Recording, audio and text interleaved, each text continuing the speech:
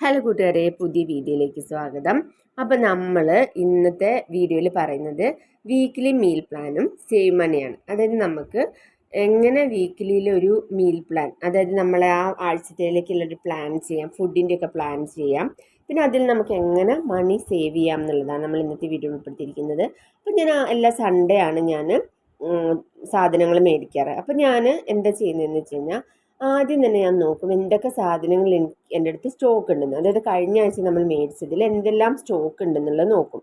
അപ്പം ബാക്കി ഇത്തിരി മേടിക്കാനുള്ള മാത്രം നമ്മൾ മേടിച്ചാൽ മതി. അപ്പം എൻ്റെ അടുത്ത് ഇങ്ങനെ കുറച്ച് സാധനങ്ങൾ സ്റ്റോക്ക് ഉണ്ട്.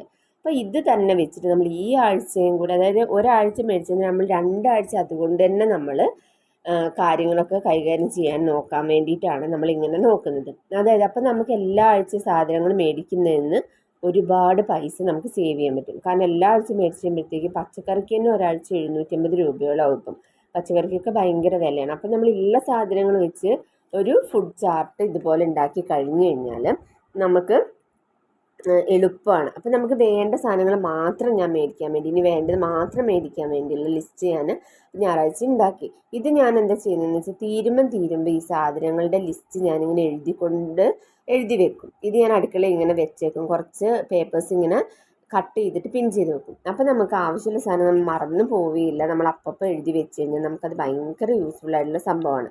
എന്നിട്ട് സൺഡേ നമ്മൾ നോക്കുക നമ്മുടെ സാധനങ്ങൾ എന്തൊക്കെ ബാക്കിയുണ്ട്, ഇനി നമുക്ക് എന്തെങ്കിലും കൂടെ അതിനകത്ത് ആഡ് ചെയ്യണം നോക്കിയിട്ട് മാത്രം നമ്മൾ കടയിൽ പോവുക. അപ്പോൾ ഞാൻ അടുത്തുള്ളൊരു റിലയൻസ് സൂപ്പർ മാർക്കറ്റിൽ പോയിട്ട് ആ ലിസ്റ്റ് അനുസരിച്ചുള്ള കുറച്ച് എനിക്ക് വാങ്ങാണ്ട്, തക്കാളി, പച്ചമുളക്, കിഴങ്ങ്, അങ്ങനെയുള്ള കുറച്ച് സാധനങ്ങൾ മാത്രമേ എനിക്ക് മേടിക്കാനുണ്ടായിരുന്നുള്ളൂ. അപ്പോൾ അത് മാത്രം മേടിച്ചു. ബാക്കി കഴിഞ്ഞ ആഴ്ചത്തെ പച്ചക്കറി ഉണ്ടായിരുന്നു. പിന്നെ അല്ലറ ചില്ല ഹാർപ്പിക്ക്, സോപ്പ് പൊടി, അങ്ങനത്തെ സാധനങ്ങളായിരുന്നു മേടിക്കാനുണ്ടായിരുന്നത്.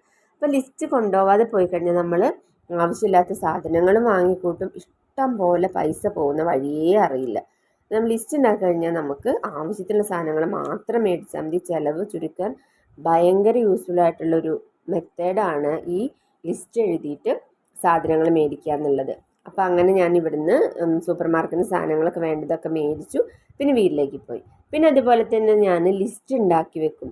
ഓരോ ഒന്നാമത്തെ ഇപ്പം മൺഡേ എന്താണ്, Tuesday, Wednesday, Thursday, Friday, Saturday വരെയുള്ള ലിസ്റ്റുകൾ നമ്മളിങ്ങനെ ഉണ്ടാക്കി വെക്കും. അതാകുമ്പോൾ എന്താണെന്ന് വെച്ച് കഴിഞ്ഞാൽ നമുക്ക് ഉള്ള പച്ചക്കറി വെച്ചിട്ട് അങ്ങനെയുള്ള സാധനങ്ങൾ, പലചരക്ക് സാധനങ്ങൾ വെച്ചിട്ട് നമുക്ക് ഒപ്പിച്ച് നമുക്ക് ഉണ്ടാക്കാൻ പറ്റും. അപ്പം നമുക്ക് ഒരുപാട് പൈസ സേവ് ചെയ്യാൻ പറ്റും.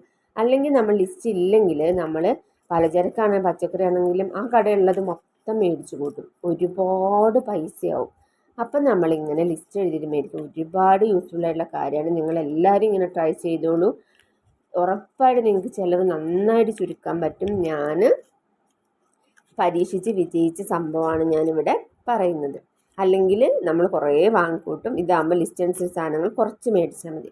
അപ്പം അങ്ങനെ അനുസരിച്ചുള്ള ആദ്യത്തെ ലിസ്റ്റ് എന്ന് പറയുന്നത് നമ്മുടെ ചില്ലി ഗോബി ചപ്പാത്തി ആയിരുന്നു. അപ്പോൾ അത് നമ്മൾ ഉണ്ടാക്കി. പിന്നെ നമ്മൾ ഉച്ചയ്ക്കത്തേക്ക് മോരുകറിയും കുഴപ്പം തോരനായിരുന്നു. പിന്നെ നമുക്ക് അത് ഒരുമിച്ച്, പിന്നെ നമ്മൾ ഉണ്ടാക്കുമ്പം ചോറ് കറി ഉണ്ടാക്കുമ്പോൾ ഒരുമിച്ച് ഉണ്ടാക്കി വെക്കുക. പിന്നെ എന്തെങ്കിലും വേണമെങ്കിൽ സൈഡ് ഡിഷായിട്ട് മാത്രം നമുക്ക് രാത്രി ചെയ്താൽ മതി. അപ്പം നമുക്കത് പണിയും ഭയങ്കര എളുപ്പമാണ്. നമുക്ക് ചിലവും ഭയങ്കര ചുരുക്കാൻ പറ്റും. പിന്നെ ഇങ്ങനെ സൈഡിലുള്ള അച്ചാർ, പപ്പടം, ചമ്മന്തി, അങ്ങനത്തെയൊക്കെ നമ്മൾ വല്ല മുട്ട പൊരിക്കുക, അങ്ങനെ ചമ്മന്തിപ്പൊടി, അല്ലെ പുളിയിഞ്ചി, പച്ചരി, അങ്ങനത്തെയൊക്കെ നമ്മൾ ആഡ് ചെയ്ത് കഴിയുമ്പോൾ നമുക്ക് കഴിക്കാനും ഒരു ടേസ്റ്റിന്. പിന്നെ രണ്ടാമത്തെ ദിവസം നമുക്ക് മത്തൻ കറിയും പച്ചക്കായ തോരനുമായിരുന്നു. മൂന്നാമത്തെ ദിവസം ബീറ്റ്റൂട്ട് തോരനും പരിപ്പ് തക്കാളി കറി. നാലാമത്തെ ദിവസം വഴുതന മെഴുക്കുവരട്ടി, സാമ്പാർ. അപ്പം അതിൻ്റെ കൂടെ പുട്ട് അല്ലെങ്കിൽ ദോശ, അപ്പം അങ്ങനത്തെ എല്ലാം ബ്രേക്ക്ഫാസ്റ്റ് ആയിട്ട് നമുക്ക് ഉണ്ടാക്കാം. പിന്നെ നമുക്ക് മത്തൻ എരിശ്ശേരി, അതും പിന്നെ മത്തൻ വൻപയർ എരിശ്ശേരിയും, നെല്ലിക്ക ചമ്മന്തി. പിന്നെ നമുക്ക് റൈസ്, ഒരു ദിവസം റൈസ് ഉണ്ടാക്കാൻ പറ്റും. പിന്നെ അല്ലെങ്കിൽ ഇഡ്ഡലി, സാമ്പാർ, ദോശ, ചമ്മന്തി അങ്ങനത്തെയൊക്കെ ഉണ്ടാക്കാം. പിന്നെ നമുക്ക് രാത്രിയൊക്കെ വേണമെങ്കിൽ കഞ്ഞി അങ്ങനത്തെയൊക്കെ ഉണ്ടാക്കാൻ പറ്റും. അപ്പോൾ അങ്ങനെയൊക്കെ നമുക്ക് നല്ല ശ്രദ്ധിച്ച് ചെയ്യാൻ നമുക്ക് ഒരുപാട് പൈസ നമുക്ക് സേവ് ചെയ്യാൻ പറ്റും. അപ്പം വീഡിയോ എല്ലാവർക്കും ഉപകാരപ്പെട്ടെന്ന് വിചാരിക്കുന്നു. എല്ലാവരും ഇതുപോലെ ഫോളോ ചെയ്ത് നിങ്ങൾക്ക് ഒരുപാട് പൈസ സേവ് ചെയ്യാനും പണി എളുപ്പമാവും. അപ്പം ഇങ്ങനെയുള്ള കാര്യങ്ങൾ എല്ലാവരും ശ്രദ്ധിച്ച് ചെയ്യുകയാണെങ്കിൽ നമുക്ക് വളരെ യൂസ്ഫുൾ ആയിട്ടുള്ള കാര്യമാണ്. ഇതുപോലെ നോട്ട് എഴുതി വെക്കുക, തീരുന്ന സാധനങ്ങൾ അപ്പം എഴുതി വെക്കുക, പിന്നെ നമ്മൾ ഉണ്ടാക്കേണ്ട ലിസ്റ്റ് എഴുതി വെക്കുക. ഇതെല്ലാം ഭയങ്കര യൂസ്ഫുൾ ആയിട്ടുള്ള കാര്യമാണ്.